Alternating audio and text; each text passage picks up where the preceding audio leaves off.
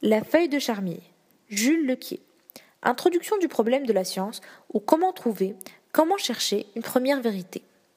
En matière de métaphysique, j'oserais mettre un enfant au-dessus même d'un bon et sage laboureur qui n'a rien lu. Quelles étonnantes questions, que d'audace et de rectitude, que de simplicité et de profondeur dans sa manière de poser les problèmes. Quel empressement, quelle patience à écouter les réponses qu'on lui fait, et souvent, quel regret naïf de ne les comprendre. Par malheur, en devenant homme, il perd sa modestie avec ses avantages. Ce n'est pas tout à fait sa faute. La langue le trompe, l'exemple l'entraîne, l'autorité le tyrannise. On le prend par ses vertus pour le séduire, et il s'attache aux erreurs qu'on lui enseigne, de toute l'affection qu'il porte à ceux qui lui promettaient la vérité. J'ai subi la loi commune, et j'aurais beaucoup à désapprendre. Mais à l'égard de ces grandes questions du libre arbitre et de la providence, les raisonnements des doctes n'ont jamais rien pu pour moi. On me donnait en abondance de longues et diverses explications. J'ai fait comme l'enfant, j'ai écouté et je n'ai point compris. Enfin, comparant ce luxe d'arguments et de lumières, où s'anéantissaient l'une après l'autre les deux vérités dont on voulait montrer l'accord, à ma fière indigence qui du moins me les conservait dans leur intégrité, j'en suis venue à reconnaître que l'un de mes plus anciens souvenirs était aussi pour moi l'un des plus instructifs. Il est une heure de l'enfance qu'on n'oublie jamais, celle où l'attention, venant à se concentrer avec force sur une idée, sur un mouvement de l'âme, sur une circonstance quelquefois vulgaire, nous ouvrit, par une échappée inattendue, les riches perspectives du monde intérieur. La réflexion interrompit les jeux, et, sans l'aide d'autrui, l'on s'essaya pour la première fois à la pensée. Un jour, dans le jardin paternel, au moment de prendre une feuille de charmille, je m'émerveillai tout à coup de me sentir le maître absolu de cette action, tout insignifiante qu'elle était. Faire ou ne pas faire, tous les deux si également en mon pouvoir, une même cause, moi, capable au même instant, comme si j'étais double, de deux effets tout à fait opposés. Et par l'un ou par l'autre, auteur de quelque chose d'éternel, car quel que fût mon choix, il serait désormais éternellement vrai qu'en ce point de la durée aurait eu lieu ce qu'il m'aurait plu de décider. Je ne suffisais pas à mon étonnement. Je m'éloignais, je revenais, mon cœur battait à coups précipités.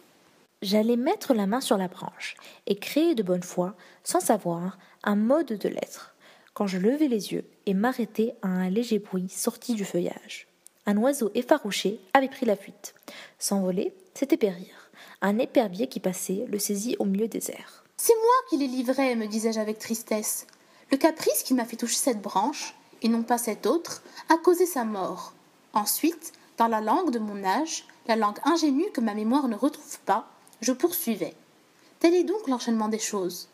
L'action que tous appellent indifférente est celle dont la portée n'est aperçue par personne, et ce n'est qu'à force d'ignorance que l'on arrive à être insouciant. Qui sait ce que le premier mouvement que je vais faire décidera dans mon existence future?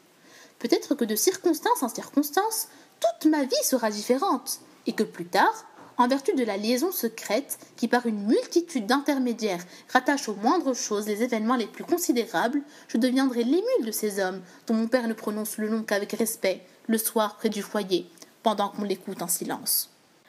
Ô charme des souvenirs, la terre s'embrasait au feu du printemps, et la mouche vagabonde bourdonnait le long des allées.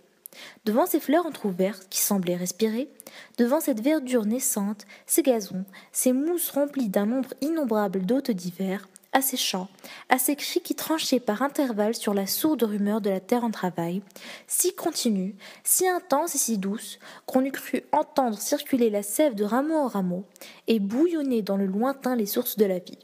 Je ne sais pourquoi j'imaginais que depuis ma pensée jusqu'au frémissement le plus léger du plus chétif des êtres, tout allait retentir au sein de la nature, en un centre profond, cœur du monde, conscience des consciences, formant de l'assemblage des faibles et obscurs sentiments isolés dans chacune d'elles un puissant et lumineux faisceau.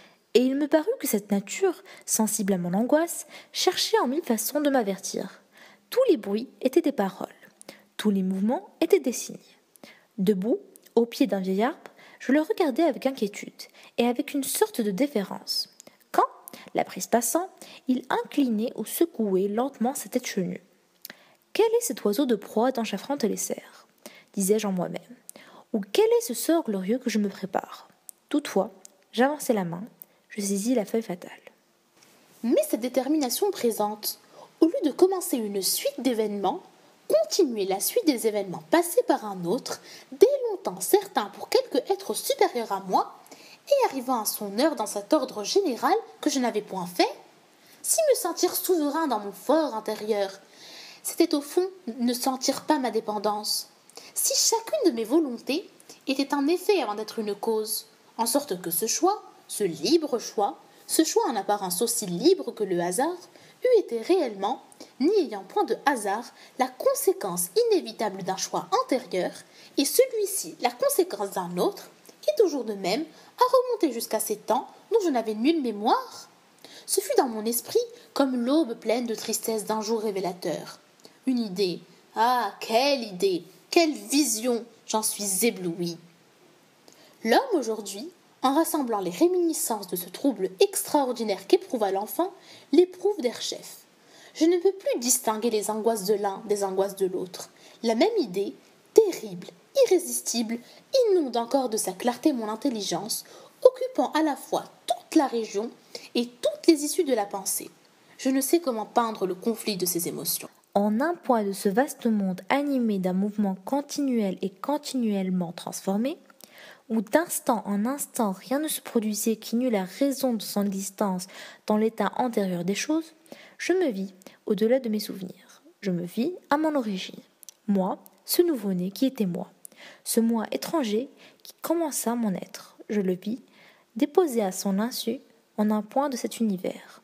Mystérieux germe destiné à devenir, avec les années, ce que comportait sa nature et celle du milieu complexe qui l'environnait. Puis, dans les perspectives de la mémoire de moi-même, que je prolongeais des perspectives supposées de ma vie future, je m'apparus, multiplié en une suite de personnages divers. Dans le dernier, s'il se tournait vers eux, un jour, à un moment suprême, et leur demandait pourquoi ils avaient agi de la sorte, pourquoi ils s'étaient arrêtés à telle pensée. On les entendait de proche en proche, en appeler sans fin les uns les autres. Je compris l'illusion de murmurer au moment d'agir, ces mots dérisoires. Réfléchissons. Voyons ce que je vais faire, et que j'aurai beau réfléchir, je ne parviendrai pas plus à devenir l'auteur de mes actes par le moyen de mes réflexions que de mes réflexions par le moyen de mes réflexions. Que si j'avais le sentiment de ma force propre, si j'en étais parfois débordé, c'est que je la sentais en moi à son passage. C'est qu'elle me submergeait d'une de ces vagues, la force occupée à entretenir ce flux et reflux universel.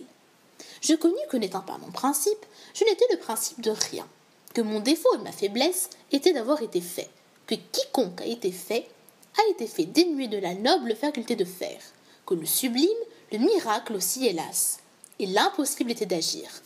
N'importe où fut le premier, branle de vouloir un premier vouloir, de commencer quelque chose en quelque façon, que n'eusse-je pu si j'eusse pu quelque chose, d'agir une fois, tout à fait de mon chef, c'est-à-dire d'agir. Et sentant par la douleur d'en perdre l'illusion, la joie qu'on aurait eue à posséder un privilège si beau, je me trouvais réduit au rôle de spectateur, tour à tour amusé et attristé d'un tableau changeant, qui se dessinait en moi sans moi, et qui, tantôt fidèle et tantôt mensonger, me montrait sous des apparences toujours équivoques, et moi-même, et le monde, à moi toujours crédule et toujours impuissant, à soupçonner mon erreur présente ou à retenir la vérité. Ne fût-ce que cette vérité, maintenant si claire à mes yeux, de mon impuissance invincible à me défaire jamais d'aucune erreur, si par une autre erreur, j'en tentais l'effort inutile et inévitable. Une seule idée, partout réverbérée, un seul soleil aux rayons uniformes. Cela que j'ai fait était nécessaire.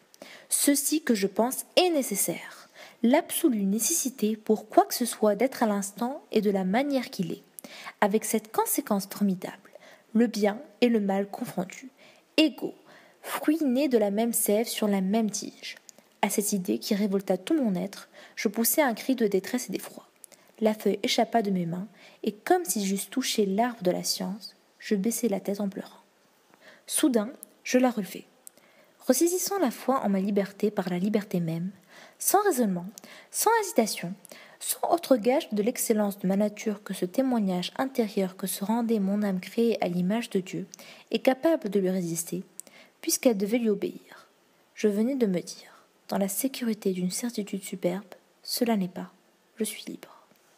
Et la chimère de la nécessité s'était évanouie, pareille à ces fantômes formés pendant la nuit d'un jeu de l'ombre et des lueurs du foyer, qui tiennent immobiles de peur sous leurs yeux flamboyants, l'enfant, réveillé en sursaut, encore à demi perdu dans sa songe.